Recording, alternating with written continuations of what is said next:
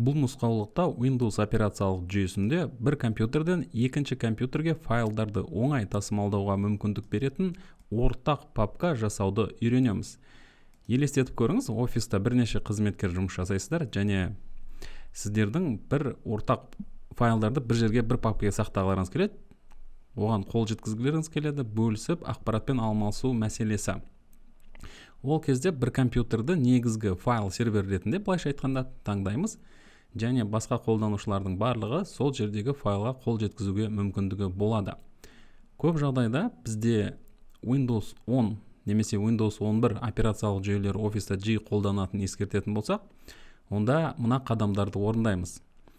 Ортақ пайдаланатын папканы дайындау, алдымен ортақ пайдалануға арналған папканы жасаймыз, немесе бар біреуін таңдаймыз. Кез келген жерде жаңа папка жасасақ болады дейді. Сосын оң жақта свойства тармағын таңдап, барлық қолданушыларға мүмкіндік береміз. Олай болса жасап көрейік. Мысалы, мына компьютерде екі дискі бар. C дискісі және D дискісі, немесе E дискісі. Сіз кез келген дискіде ортақ папканы орната аласыз. Тіпті жұмыс үстелінде де орнатсаңыз болады. Алайда оны жылжытпау керек. Папканы жылжытпау керек. Себебі бөлісіп болғаннан кейін жылжытсаңыз, папканың жоғалып кетуі мүмкін. Мысалы, мен қазір E дискісінде, мына компьютер E дискісінде бір жаңа папка жасайын. Создать папку. Оны мен ортақ папка деп жазамын. Бұл жерде латын әріптерін қолданған ыңғайлы және папканың арасында тіпті дефис немесе жаңағыдай бос орын болмай, осылай тікелей жазылса да өте жақсы бөліскен үшін. Мысалы, ортақ папкаға мынандай астыңғы сызықша белгісінде қойсаңыз болады. Енді ортақ папкаде показать дополнительные параметры, свойства, одан кейін доступ, міне расширенные настройки. Осы жерде открыт общий доступ, мынамен де беруге болады, алайда мынаның мүмкіндігі көптеу. Енді осымен беру керек. Расширенная настройка, открыт доступ. Біздің ортақ папканың аты ортақ папка болады. Мына жерде қолданушылардың санын шектеуге болады, бізге қажет емес, ешқандай қосымша ақпарат бермейміз.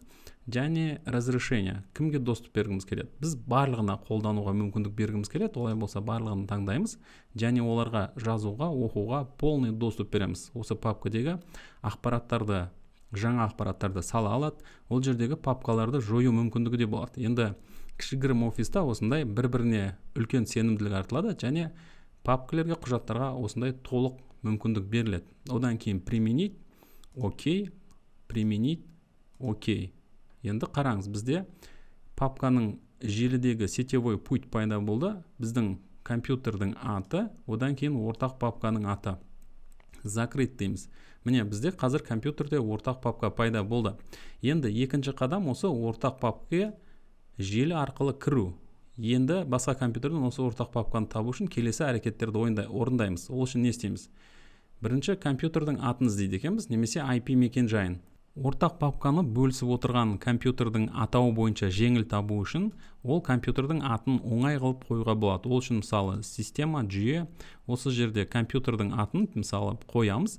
Менде OS Win 11.2 деп аталып тұр компьютердің аты. Сіз кез келген компьютер атын бересіз. Мысалы файл OS деп, немесе shared folder PC деп, яғни компьютерге осындай оңай бір ат берсеңіз, кез келген атты беруге болады, өте оңай. Сол бойынша табу оңай болады, немесе IP адресмен табамыз. Енді мына компьютердің IP мекен жайын көру үшін мына жерде оң жақта белгішені басамын. Осы жерде жарайды, мына белгішені басып көрейін. Жарайды, бұл жерде табылмады, бірақтан біз қарапайым контроль панель немесе панель управлениені тапсақ болады. Ол жерде мына жерде Windows-тың пуск батырмасын басамын, одан кейін контроль панель управления деп терсем болады, немесе контроль деп терсем де болады. Міне шығады панель управления.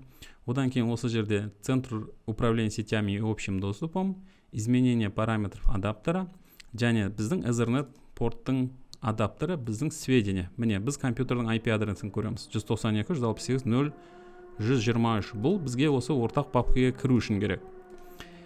Енді не істейміз? Біз басқа компьютерге барамыз және сол ортақ папкаға іздеп көреміз. Мына жерде диск ортақ папка. Осы жерде бір тесттік файл жасайық. Ол тесттік файлдың атын, мысалы тест 1.2.3 деп қояйық. Және бұл жерге ортақ папкадағы текст мәтіні. Понятно дейік, мына жерде сақтаймыз. Енді мен басқа компьютерге келемін. Бұл сабақты жазып отырған негізгі компьютер. Осы жерде ортақ папканы табуға тырысамын. Ол үшін не істеймін? Мына жердегі ақпаратта жазылғандай, компьютердің атауын екі артқы слэштен кейін жазамыз, немесе IP мекен жайын енгіземіз. Міне. Біздің IP мекен жай 123. Олай болса көрейік. 192.168.0.123. Enter нүктесін басамын. Міне бізде ортақ папка көрініп тұр. Үстінен басамын, және бұл жерде біздің жасаған тестілік мәтіндік құжатымыз. Онымен мысалы көшіріп алуға мүмкіндігім бар. Сол сияқты бұл жерде жаңа файлды жасауға да мүмкіндік берілген. Менде мысалы кез келген ақпаратты жазамын және оны сақтаймын. Одан кейін біздегі басқа компьютерде барлық оқырмандар, көрермендер осы файлды көре алады. Үшінші қадам, бұл жерде ортақ папкаға үнемі кіріп отырғыңыз келсе, оны диск ретінде басқа компьютерлерде қосуға болады. Ол үшін не істейміз? Ол үшін жаңағы кез келген басқа компьютерге барамыз. Осы жерде этот компьютер кнопкасын басамыз, компьютер подключить сетевой деген кнопканы басамыз. Және жаңағы міне қараңыз, общий папка орналасқан компьютердің аты және общий ресурс папканың атын көрсетіңіз дейді. Олай болса біз тағы да екі артқы слэшті тереміз. Компьютердің IP адресін немесе оның атын теруге болады. Енді біз бұл жерде атын теріп көрейік мысал ретінде. Біздің компьютердің аты қазір көрейік. Свойства OS Win 11 2. OS Windows 11. Мына жерге қазір тереміз. OS Windows 11 екінші компьютер. Одан кейін обзор дегенді басуға болады. Және осы жерде ортақ папка бізде міне көрінді. Окей. Одан кейін готово. Бізде мына жерде енді диск ретінде қосылып тұрады ортақ папка, және оны бірден басып барлық құжаттарға тағы да мүмкіндік аламыз. Осылай ортақ папканы қосып қоюға болады. Ары қарай не жазылғанын оқып көрейік. Бұл жерде қандай мәлімет берілді екен. Егер сізді қандай да бір жағдайда осы компьютердің атымен таба алматса, онда ортақ папка бөлінген компьютердің IP адресін теріңіз. Қосымша кеңестер, кейбір жағдайда ортақ папка көрінбей жатуы мүмкін.